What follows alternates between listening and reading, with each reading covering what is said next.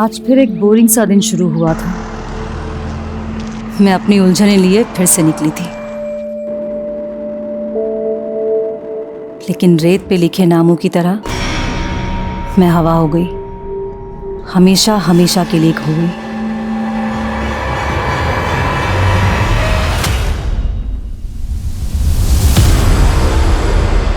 बस करो निशांत, कितने सिगरेट पियोगे? दिन ब दिन चेन स्मोकर बनते जा रहे हो।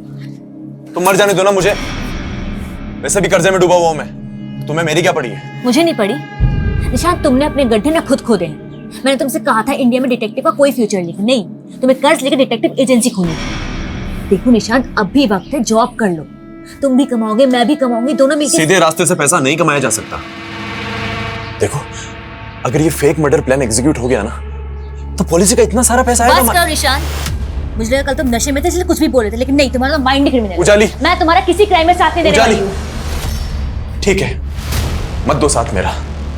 अगर बीवी साथ नहीं देगी तो रखा क्या है जिंदगी में?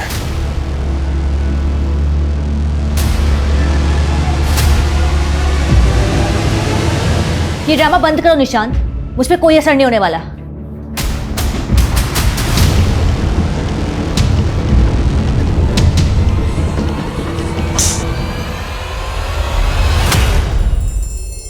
मैं वही हूं जो खो गई थी, न जाने कब से इस जहन्नुम में सिसक रही हूं। क्या कोई मेरा अपना मुझे ढूंढ रहा होगा, या मैं यूं ही इन अंधेरों में खो जाऊंगी?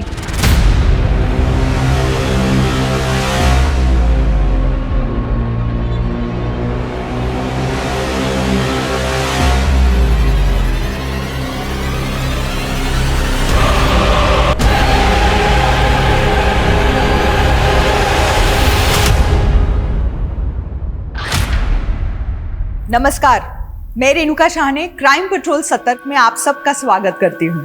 जिंदगी के जो रंग हैं वो रंग भी तभी दिखते हैं जब हम रोशनी में होते हैं। अंधेरों में तो हमें अपना साया भी नजर नहीं आता। ये घटना उन अंधेरों की है जो इंसानी सोच को गुनाह की काली पट्टी से ढक देती है। अच्छे विचारों के उजाले वहशी जुनूनियत से रौन दिए जाते हैं और हंसती खेलती जिंदगी खौफ से भर जाती है। ये वहशियत का ऐसा सिलसिला है जो गुजरते वक्त के साथ साथ एक विकराल रूप लेता जा रहा था, और गुनहगार ऐसे रूप में था जिसकी बुरी परछाई जिस पे भी पड़ती वो तबाह हो जाता, बर्बाद हो जाता।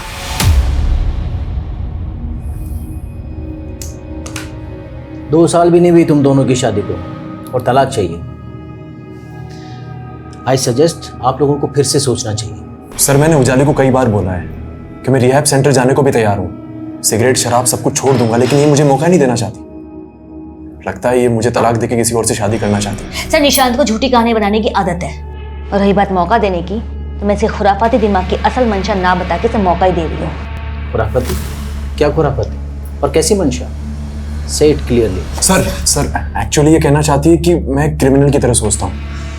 अब सर आप ही बताइए, मैं एक डिटेक्टिव हूँ, क्रिमिनल की तरह नहीं सोचूंगा तो होने वाले क्राइम को कैसे रोक पाऊंगा?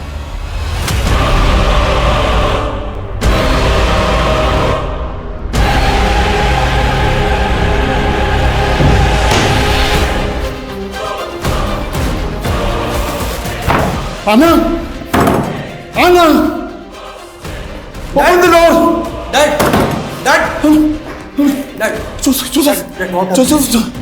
Your mom. कॉफी में अटक गई है। अब दरवाजा भी खोल नहीं पा रही है ना। Save her.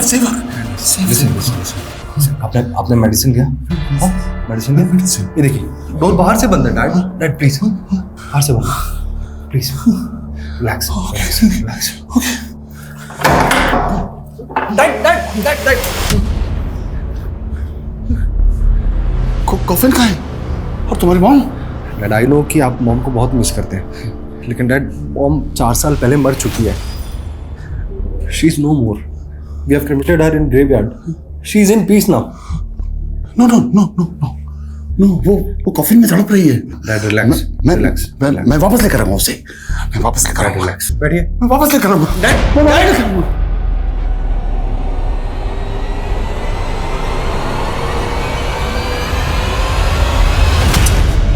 रूही, क्या तोड़ा तूने? कितनी बार कहा तुझसे कि बाहर जाकर खेला कर, तो समझती क्यों नहीं है? अब अच्छा ठीक है, अब रो मत। अब अगर तू कुछ तोड़ेगी तो तुझे डांट नहीं सकते क्या? चल नहीं डांटती, रो मत अब। हाँ मम्मा कहाँ है? वो कब आएगी?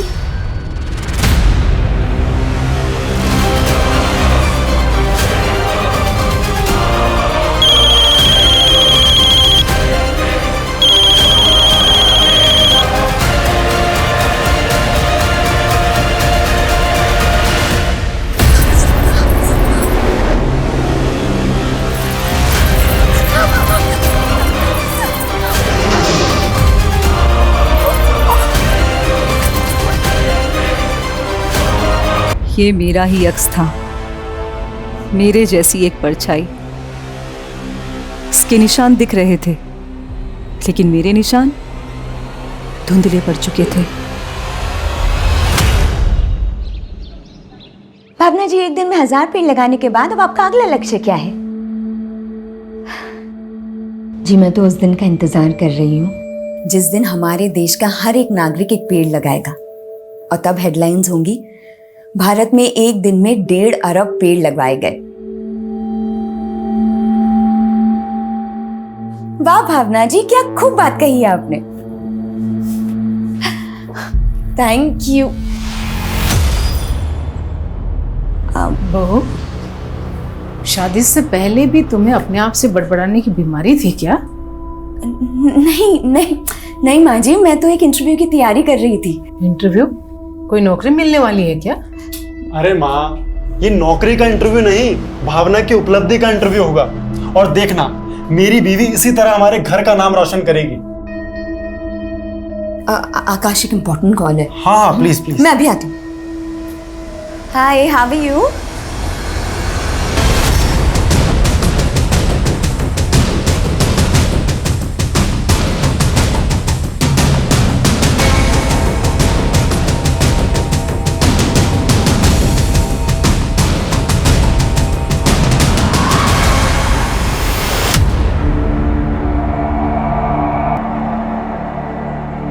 कत्ल से पहले रेप भी हुआ। आसपास चेक करो। यस सर, चेक करो वहां पे कुछ मिलता है क्या?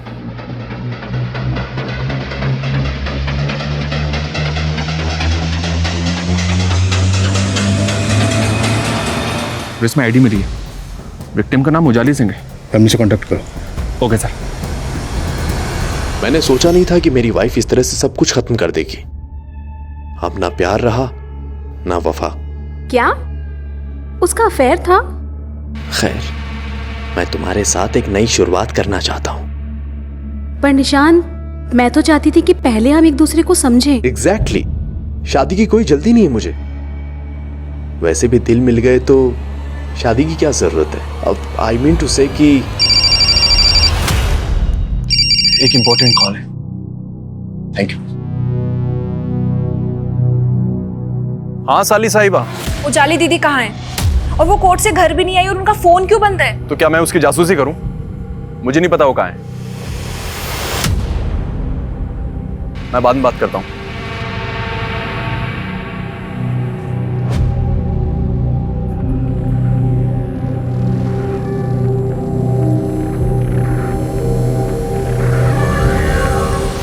रूही, मुझे ना ऑफिस के लिए निकलना है।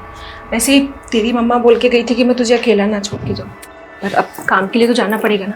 तो एक काम करना, तू ना दरवाजा अंदर से बंद कर देना और किसी के लिए भी बाहर ना जाना, ठीक है? मम्मा कब आएगी मौसी? मम्मी आ जाएगी और तुम अब दरवाजा बंद कर लो और मम्मी के अलावा किसी और के लिए दरवाजा मत खोलना। दरवाजा बंद करो।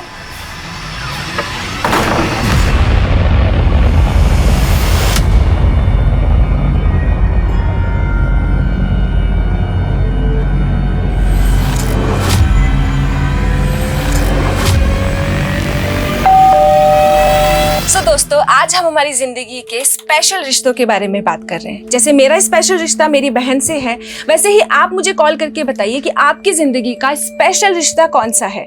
और तब तक के लिए आपकी दोस्त आरजे नियति की तरफ से ये प्यार भरा गीत। So stay tune and enjoy the song.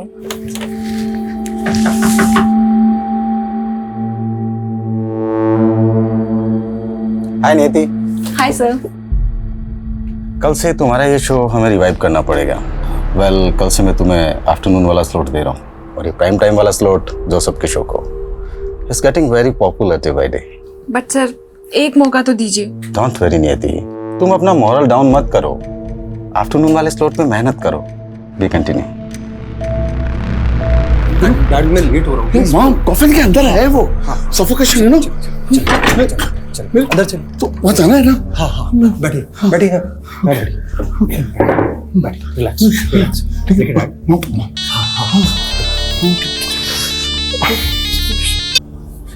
हाँ नियति, जोसेफ आखिर तुमने मेरा स्लॉट मुझसे छीन ही लिया ना? ऐसा कुछ भी नहीं है नियति। मैंने भरत सर को सिर्फ इतना सा कहा था कि मेरे डैड को मुझे दिन में संभालना होता क्योंकि मेरी सिस्टर इवनिंग में वापस आती है, इसीलिए मैं नाइट शिफ्ट कर पाऊंगा। और कोई मैं बाद में डैड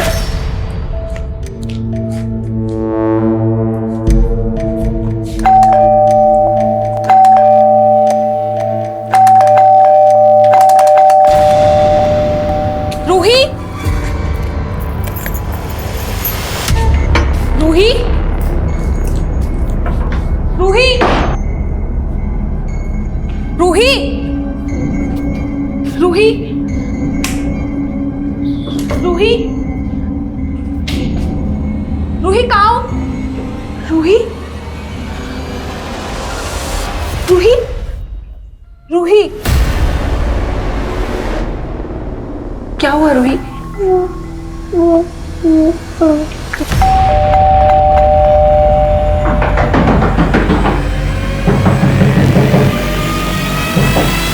अंकल कौन अंकल?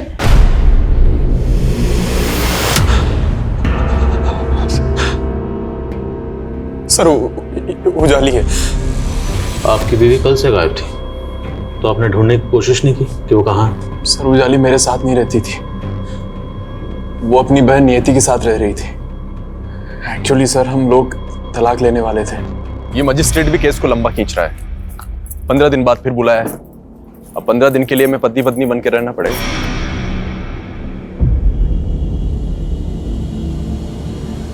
हाँ नवीन। सर नवीन सक्सेना एक बिल्डर है। कल उजाली उसी के पास गई थी और आज उसकी। तो आपको लगता है आपकी बीवी उजाली के साथ ये सब उस बिल्डर ने किया होगा? सर नवीन सक्सेना अच्छा आदमी नहीं है, लेकिन उजाली उसे अपना अच्छा दोस्त समझती थी। फिर उजाली की बहन नियति का मेरे पास फोन आया कि वो कल घर नहीं पहुंची। मैंने नवीन सक्सेना को कॉल किया कई बार, लेकिन उसने मेरा फोन नहीं उठाया। उसका कोई रिप्लाई नहीं आया सर।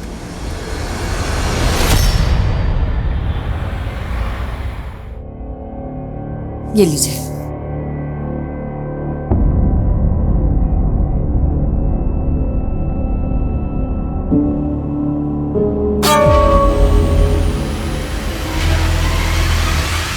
हाँ ठीक है, चलो अब मैं ना फ्रेश होके तुम्हें कॉल करती हूँ। ओके हाँ बाय।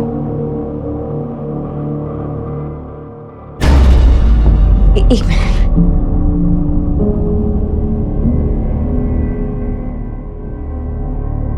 Thank you.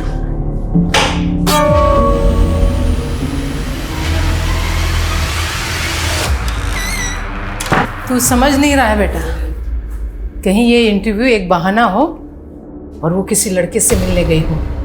नहीं तो तुझे वो अपने साथ दिल्ली क्यों नहीं लेके गई? माँ आपका ना दिमाग खराब हो गया है। अरे भावना ऐसी नहीं है।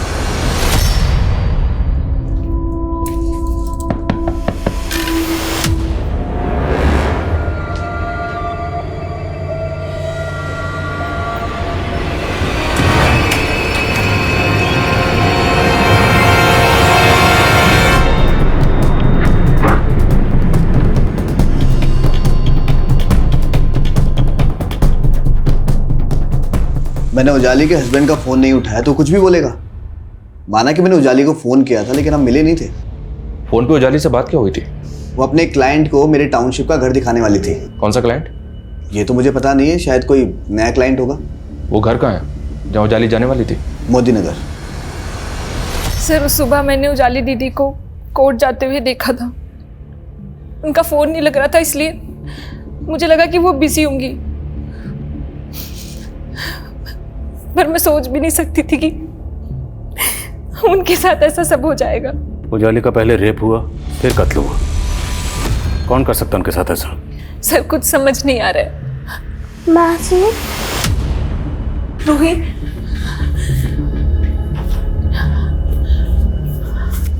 मम्मा कहाँ है मासी?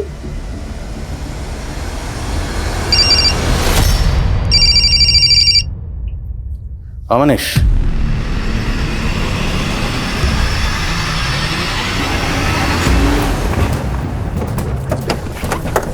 सक्सेना ने बताया था कि उस दिन उजाली अपने साथ एक क्लाइंट को लेकर यही घर दिखाने आई थी और उसकी लाश इस घर से तकरीबन आधा किलोमीटर दूर मिली थी।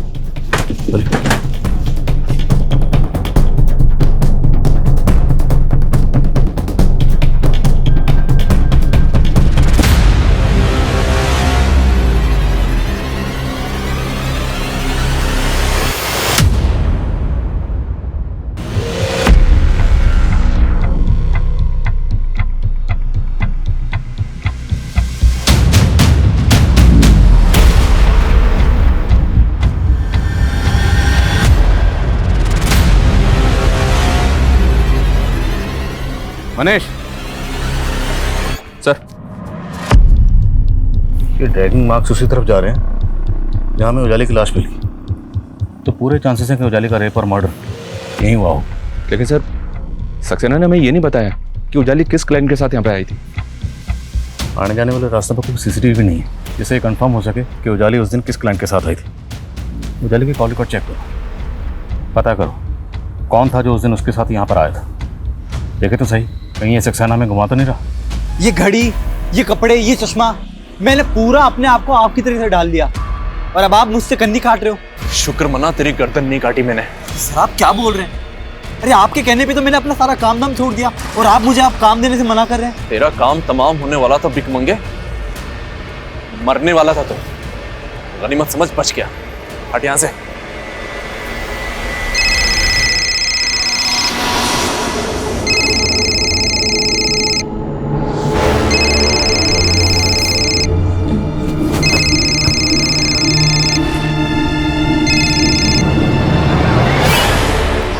हेलो। हेलो, हाँ भावना, कहाँ हो तुम? सुबह से शाम हो गई और अब जाकर तुम मेरा फोन उठा रही हो। शाम कुछ भी। हाँ हाँ शाम। अब तक तुम्हारा इंटरव्यू चल रहा है क्या? ओह गॉड, अरे हाँ, मुझे तो इंटरव्यू देने जाना है ना आज। और ये क्या शाम शाम बोल के मजाक कर रहे हो? मैं मजाक नहीं कर रहा हूँ भावना, शाम के 5 बज रहे हैं।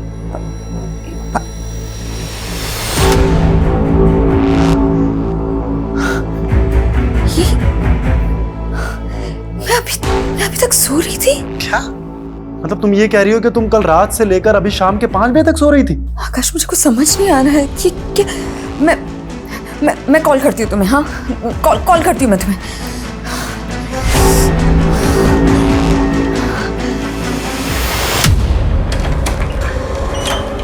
मैम पानी। हाँ, रख दीजिए।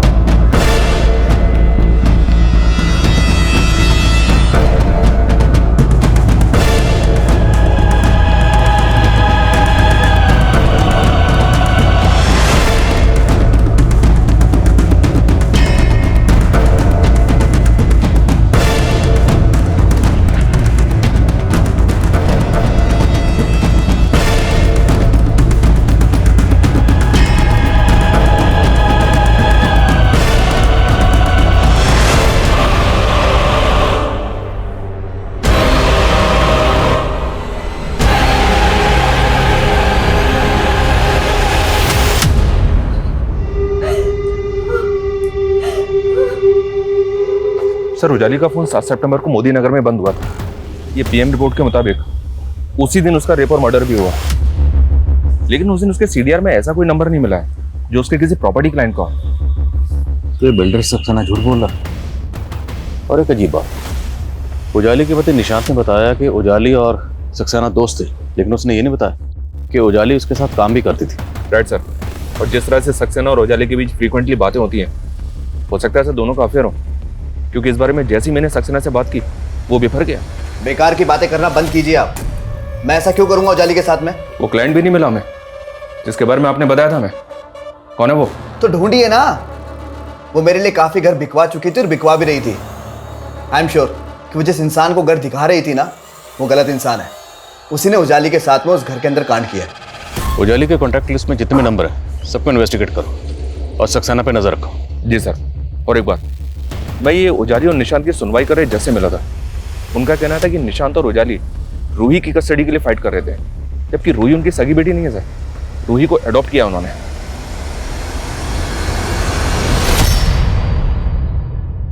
पापा, मेरी दोनों माँ मुझे छोड़ के चली गई। बी स्ट्रॉन्ग बेटा, मैं तुम्हें माँ की कमी कभी महसूस नहीं होने दूंगा। क्यों? फिर से शादी कर रहे हैं क्या आप? नियति छोटी बच्ची, इसके सामने सोच समझ के बोला करो। कहाँ लेकर जा रहे हैं आप इसे? अपने साथ लेके जा रहा हूँ। ये कहीं नहीं जाएगी। क्यों नहीं जा सकती? मेरी बेटी है ये। आप ना ये ड्रामा बंद कीजिए और आप निकलिए यहाँ से। और रूही, सर, ये मेरी पत्नी भावना है। ये 3 सितंबर को दिल्ली आई थी। 4 सितंबर को इसका इंटरव्यू था। कैसा इंटरव्यू? सर ये नहीं पता क्योंकि जिस होटल में वो ठहरी थी वहां उसके साथ रेप हो गया। रेप? आपकी बीवी के साथ? किसने किया? सर उसने फोन पे बताया था कि किसी होटल वाले ने उसके साथ। नहीं आकाश, मैं इन्हें छोड़ूंगी नहीं छोड़ूंगी। मैं पुलिस के पास जा रही हूँ। नहीं, मेरी बात सुनो भावना, तुम वहां अकेली हो। अरे वहां किसी ने कुछ तुम्हारे साथ नहीं। भावना मेरी बात सुनो, तुम एक काम करो, फटाफट वहां से चेकआउट करके जयपुर आ जाओ। लेकिन सर वो लौट कर आई ही नहीं। सर मुझे तो लगता है कि किसी होटल वाले ने उसके साथ। सर मैं मानता हूं कि मैं और उजाली रूही की कस्टडी के लिए कोर्ट में केस लड़ रहे थे, लेकिन क्या? बोलो। अब इस लेकिन का जवाब तुम्हें देना है कि तुम्हारी बीवी उजाली तो इस दुनिया में रही नहीं। शादी को महज 2 साल हुए थे। 10 साल की बच्ची को अडॉप्ट किया। कहाँ से अडॉप्ट किया? सर वो हमारी कॉमन फ्रेंड थी, नगमा। रूही उसी की बेटी है। बचपन से जानते हैं उसे। हाथी राजा कहाँ चले, सूंड हिलाकर कहाँ चले, मेरे घर भी आओ ना, हलवा पूरी खाओ ना। सर एक्चुअली नगमा ने अपने बॉयफ्रेंड से धोखा खाया था। उसने बिना शादी के रूही को जन्म दिया। फिर अचानक से वो 1 साल पहले गायब हो गई थी। हम दोस्तों ने जाकर कलानगर थाने में मिसिंग कंप्लेंट भी लिखवाई थी।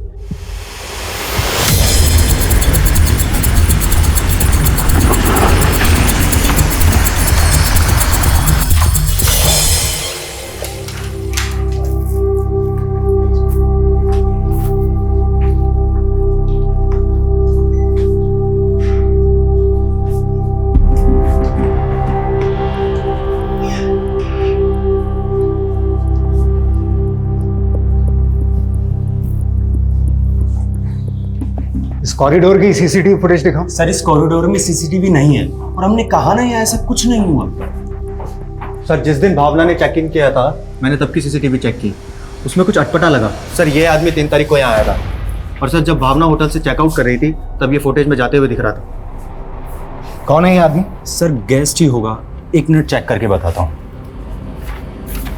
मैं नगमा मिसिंग केस की फर्स्ट स्टडी कर रहा था। नगमा 1 साल पहले गायब हुई और नगमा का फ़ोन भी मोदी नगर वाले हाईवे के पास ही बंद हुआ और वहाँ के एक सीसीटीवी में नगमा आखिरी बार एक सफ़ेद कार में जाते हुए दिखी थी और उसके बाद नगमा कभी नहीं मिली। नगमा मिसिंग केस का प्राइम सस्पेक्ट था उसका बॉयफ्रेंड सागर। सागर ने पूछताछ में कबूल किया था कि रूही उसी की बेटी है और उसने कोर्ट से उसकी कस्टडी की डिमांड भी की थी। इस नगमा मिसिंग केस और रूही की कस्टडी में कई ऐसे राज दफन हैं, इनका सामने आना ज़रूरी है। मेरी बेटी ही मेरी जिंदगी थी और मेरे बिना उसका कोई नहीं था। रूही के लिए मैं कुछ भी कर सकती थी और उसी के लिए मैं ये खतरा मोल लेने जा रही थी।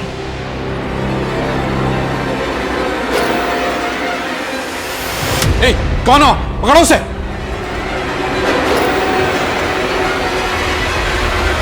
सर नगमा को लेकर मैं पहले भी साफ कह चुका हूं कि वो सिर्फ एक काला अतीत थी मेरा, एक ऐसा अतीत शायद मरते दम तक मेरा पीछा नहीं छोड़ेगा। नहीं छोड़ेगा, कभी नहीं छोड़ेगा, क्योंकि हर गुनहगार को उसका गुनाह ऐसे के चोटता है। सर मैंने कोई गुनाह नहीं किया है, सिर्फ एक भूल हुई थी मुझसे, प्यार करने की भूल। तो वो प्यार नहीं हवस थी।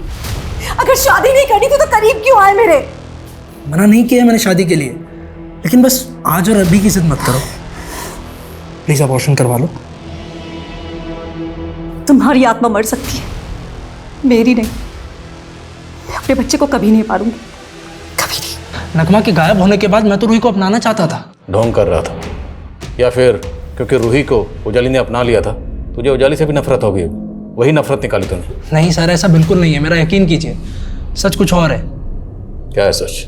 दरअसल उजाली ने रूही को हासिल करने के लिए मुझे एक पुलिस वाले से धमकी दिलवाई थी। उजाली से उलझने की कोशिश मत कर सागर। कौन बोल रहा है? पुलिस वाला बोल रहा हूँ।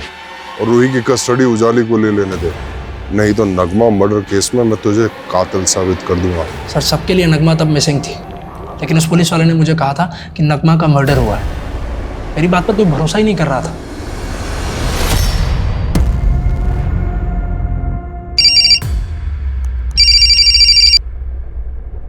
हेलो, कौन? अगर चाहते हो ये फोटोज मीडिया में ना जाए तो मुझे 1.5 करोड़ दे दो। कौन बोल रहा है? तेरा बाप पैसे का इंतजाम करता है या फिर? मैं पैसे देने के लिए तैयार हूँ, पर कहाँ आना है, किधर आना है, ये बता दीजिए। डिवोर्सी होते हुए मैंने तुमसे शादी के लिए इसलिए हाँ कहा था क्योंकि तुमने कहा था कि तुम्हारा कोई बच्चा नहीं है, और अब तुम कह रहे हो कि तुम्हारी 10 साल की बेटी है। स्वाति, मैंने उसे पैदा नहीं किया, लेकिन पालना पड़ेगा कुछ टाइम के लिए। तुम मेरे तो एक काम करो, कोई और माँ ढूंढ लो उसके लिए।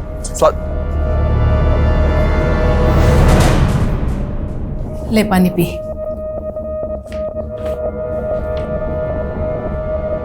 ये रेप वेप की कहानी सब नाटक है बेटा, पक्का वो किसी लड़की के साथ भाग गई।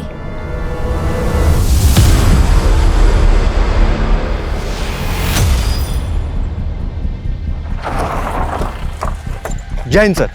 सर ये उसी लेडी की लाश है जिसके पति का कहना था कि उसकी पत्नी का रेप होटल में हुआ है, और होटल भी पास में ही है सर।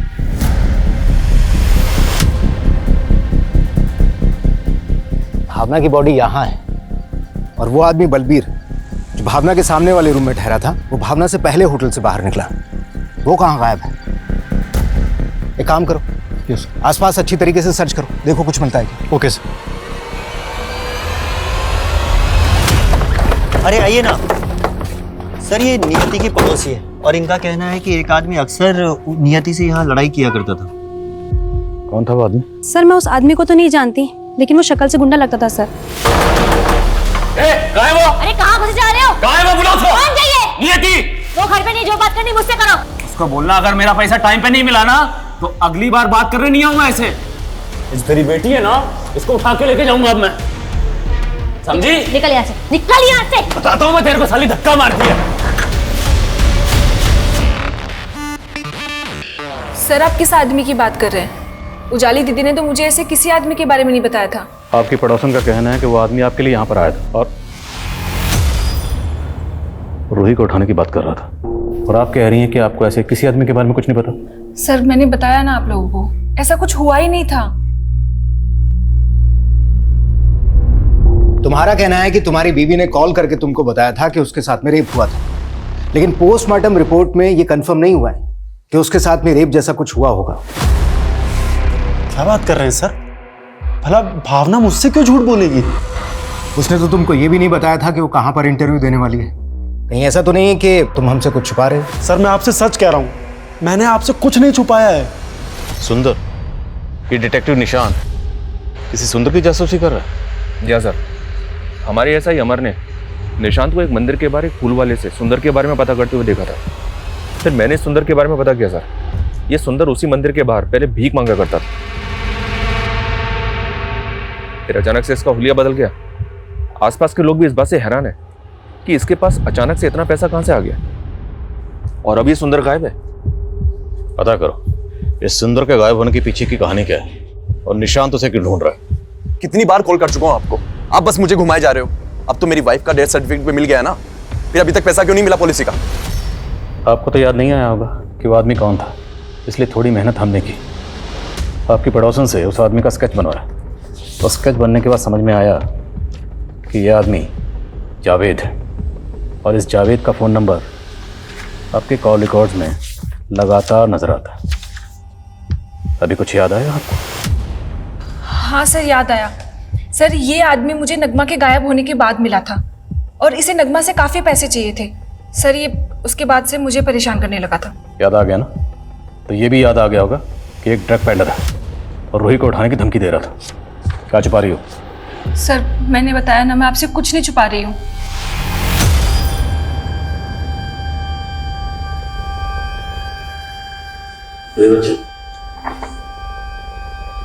इसे गौर से देखो। क्या ये वही है जिसे आपने अपनी मम्मी नगमा के साथ देखा था?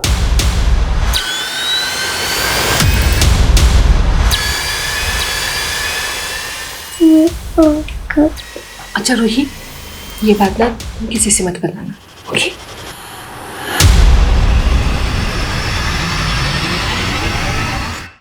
सर नियति कह रही थी कि नगमा को जावेद के पैसे देने थे, लेकिन नगमा मिसिंग केस में जावेद का नाम तो कहीं भी नहीं आया। अब सवाल यह है कि नगमा को जावेद के किस चीज़ के पैसे देने थे, क्योंकि जावेद एक ड्रग पेडलर है। और एक बात, नगमा के गायब होने से एक दिन पहले इन सब दोस्तों ने मिलकर एक रेप पार्टी की थी जोसेफ के घर पर।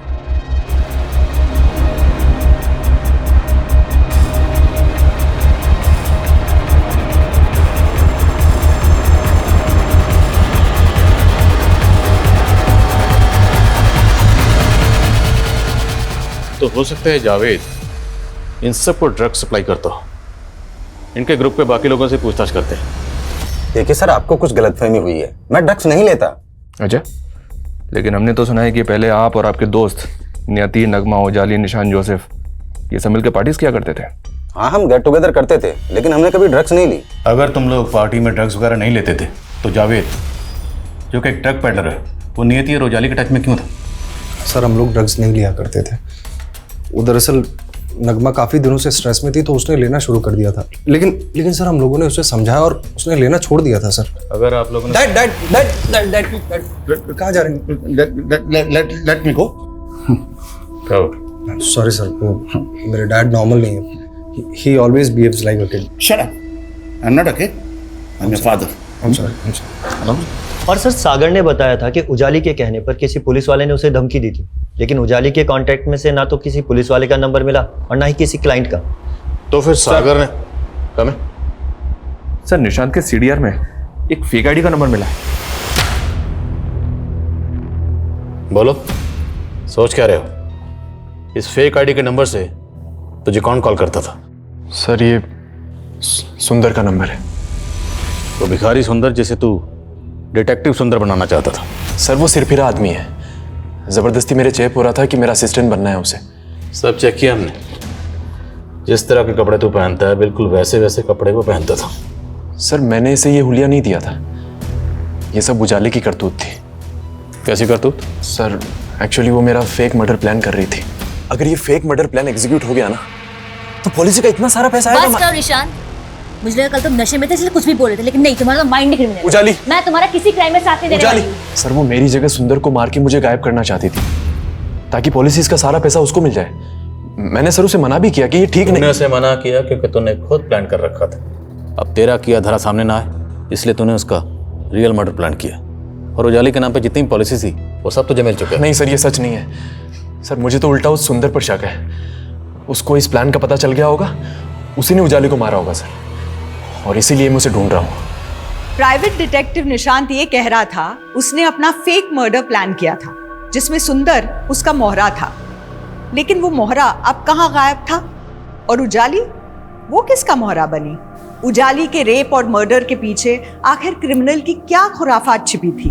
और नगमा पिछले 6 महीनों से कहाँ गायब थी? वहीं दूसरी ओर भावना मर्डर केस भी अजीब सी पहेलियों और रहस्यों से भरता जा रहा था। तुम बोल रहे थे कि तुम बलबीर को नहीं जानते, जबकि वो तुम्हारे गांव का रहने वाला है। और सरिता जी, आपके सीडीआर में भी बलबीर का नंबर मिला है। सर मैंने कुछ नहीं किया, जो भी किया है माँ ने किया है, माँ की गलती। सर वो अपने पति को लिए बगैर दिल्ली चली गई और मुझे पूरा शक था उस पर। वो मेरे बेटे को धोखा दे रही थी, पर मेरा बेटा है कि किसी की सुनता ही नहीं, इसीलिए मैंने बलबीर को उसके पीछे लगाया था, उस पर नजर रखने के लिए। और उसने मुझे बताया भी था, भावना के कमरे से एक लड़का भागा था। कौन लड़का? मालूम नहीं, लेकिन जब भावना ने आकाश को बताया कि उसके साथ रेप हुआ है और वो थाने जाएगी, तो ये बात मैंने बलबीर को बता दी थी। और वो डर के भाग गया। डर के भाग गया या भावना को मार के भाग गया? सर हमें नहीं मालूम, हम सच कह रहे हैं। सर ना अभी तक सुंदर की कोई लीड है और ना ही जावेद की। तो कर क्या रहे हो? ढूंढो दोनों को। जी सर, ठीक है। सर, जिस फेक आईडी के नंबर से निशांत को फोन आता था उसका IMEI नंबर ट्रेस किया। वो फोन नगमा का है। तो निशांत को उस नंबर से नगमा कॉल करती थी। कुमार, बहुत घुमा लिया जासूस साहब, अब सच बोल दो वरना उल्टा लटकाऊंगा। सर, मैं नगमा की हेल्प कर रहा था बस। उसे जॉब की ज़रूरत थी और मुझे अपनी इन्वेस्टिगेशन के लिए एक लेडी की ज़रूरत थी बस सर, इसलिए मैंने उसे एक फेक आईडी का नंबर दिया। एक स्वरूप जोशी नाम का बिजनेसमैन था, उसकी जासूसी कर रही थी वो। स्वरूप की वाइफ को उस पर डाउट था कि वो किसी औरत को अपने फार्म हाउस पर ले जाता है और इसी के लिए नगमा उसकी जासूसी कर रही थी। इसी बीच नगमा ने उसे एक हथियारों की डील करते हुए देखा। हमारे पास कुछ सबूत आ गए थे सर, और मेरे ऊपर बहुत कर्जा भी था। तो मुझे लालच आ गया कि अपना सारा कर्जा निकल जाएगा और मैंने उसे ब्लैकमेल करना शुरू कर दिया। मुझे तुम्हारे इस क्राइम में तुम्हारा पार्टनर नहीं बनना है। मैं जा रही हूँ पुलिस के पास। नगमा, नगमा, नगमा, मुझे बात सुनो। नगमा, समझने की कोशिश करो। क्या समझने की कोशिश करूँ? तुमने कुछ और कहा था, तुम ये सब कर रहे हो? मेरी बात समझो, हमारा कुछ नहीं बिगड़ेगा, सब कुछ मैटर मैं सॉल्व करूंगा।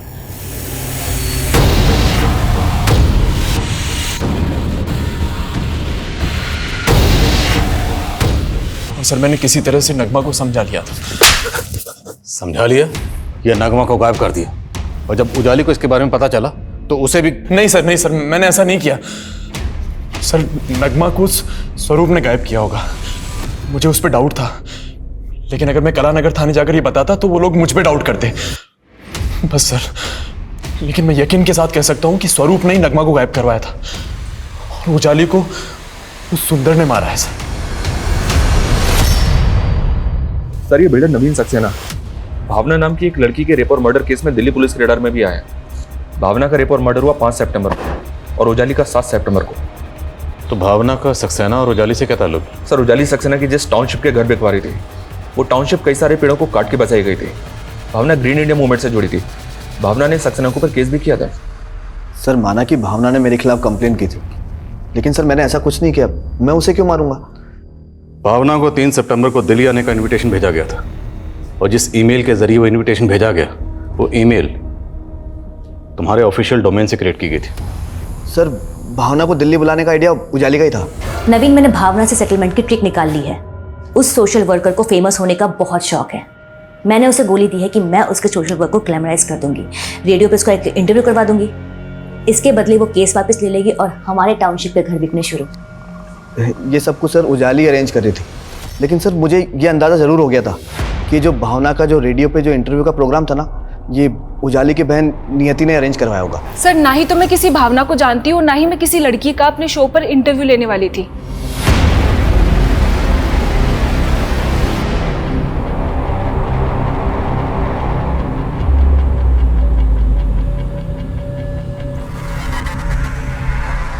सर, पिछले 3 साल में 7 और ऐसी लड़कियों के रेप और मर्डर केसेस मिले हैं जो नियति, नगमा और भरत के फ्रेंड्स और रिलेटिव से जुड़े हैं। एक पुलिस वाले की भी हिस्ट्री मिली है सर, जो फरीदाबाद में एक फीमेल यूथ लीडर की सिक्योरिटी में तैनात है।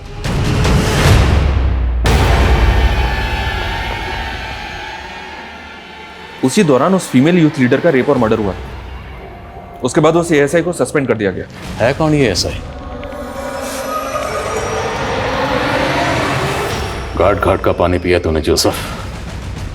रेडियो जॉकी से पहले पुलिस का एग्जाम पास किया और उससे पहले होटल में जॉब, और उसी होटल में तुमने 3 सितंबर को भावना को बुलाया था और रूम नंबर 303 के बलबीर सिंह ने तुझे वहां आइडेंटिफाई किया।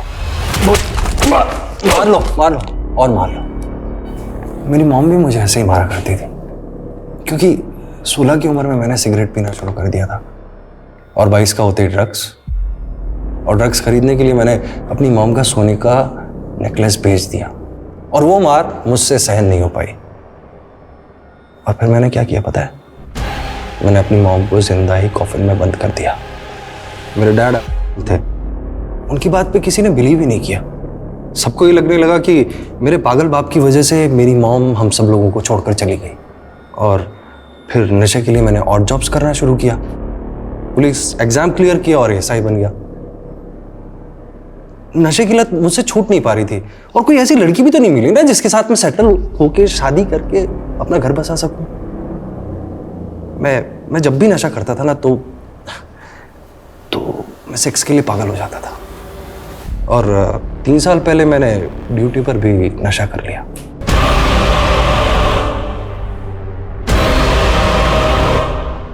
उस यूथ लीडर का रेप करने के बाद में, और अपने सीनियर्स से कहा कि अपोजिशन पार्टी वालों ने उसे रेप करके उसका मर्डर कर दिया।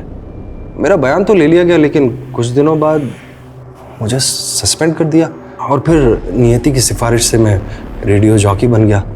जब भी कोई लड़की मेरी नज़र में आती ना तो मैं उसके साथ सेक्स करता और उसे फिर मारकर फेंक देता। तो ज़्यादातर अपने दोस्तों की जान पहचान की लड़कियों को अपना टारगेट बनाता था, ऐसा क्यों? ऐसी लड़कियों को टारगेट करके ले जाना बड़ा आसान होता है ना, लेकिन नगमा से मैं बहुत प्यार करता था, उसके साथ शादी करना चाहता था, लेकिन उसने मेरा प्रपोजल रिफ्यूज कर दिया। फिर मैंने उसे नौकरी दिलाने के बहाने बुलाया और 4 दिन नगमा के साथ खूब मजे किए, और फिर उसे मारकर गाड़ दिया। उजाली को भी मैं बहुत पसंद करता था, और रूही की कस्टडी दिलवाने के लिए मैंने सागर को धमकी भी दी थी। उजाली बहुत इम्प्रेस हो गई थी मुझसे, लेकिन जब तक मैं उस पर हाथ मारता उसी बीच उसने मुझसे कहा कि भावना को एक फेक कमिटमेंट दे दो कि तुम रेडियो में उसका एक इंटरव्यू करवाओगे। भावना को देखते ही मैं उसकी खूबसूरती का कायल हो गया था। मैंने उससे कहा कि मैं सचमुच तुम्हारा इंटरव्यू करवाऊंगा, और मैंने उसे दिल्ली के उसी होटल में बुलाया जहाँ पर मैं पहले जॉब करता था। मैंने अपने पुराने बेटे फ्रेंड की मदद से उसके कमरे में नशीला पानी भिजवाया, और फिर उसके बाद रात को मौका मिलते ही घुस गया अंदर। मुझे लगा कि उसने मुझे देख लिया है, तो इसीलिए मैं वापस बाहर आ गया, और मुझे मेरे फ्रेंड ने बताया कि उसे मुझ पर शक हो गया। तो जब वो वहाँ से निकलने वाली थी, मैंने उसे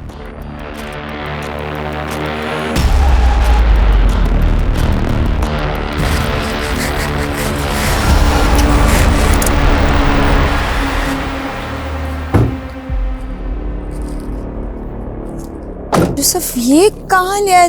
तुमने तो कहा था कि भावना के गायब होने के बाद उजाली सवाल करने लगी थी। मैंने उससे कहा मिलकर बात करते हैं। मैंने उसे मोदी नगर वाले पुराने घर पर बुलाया, लेकिन वो तो मुझ पर शक करने लग गई। फिर क्या था, मैंने उजाली के साथ भी अपने मंसूबे पूरे कर लिए।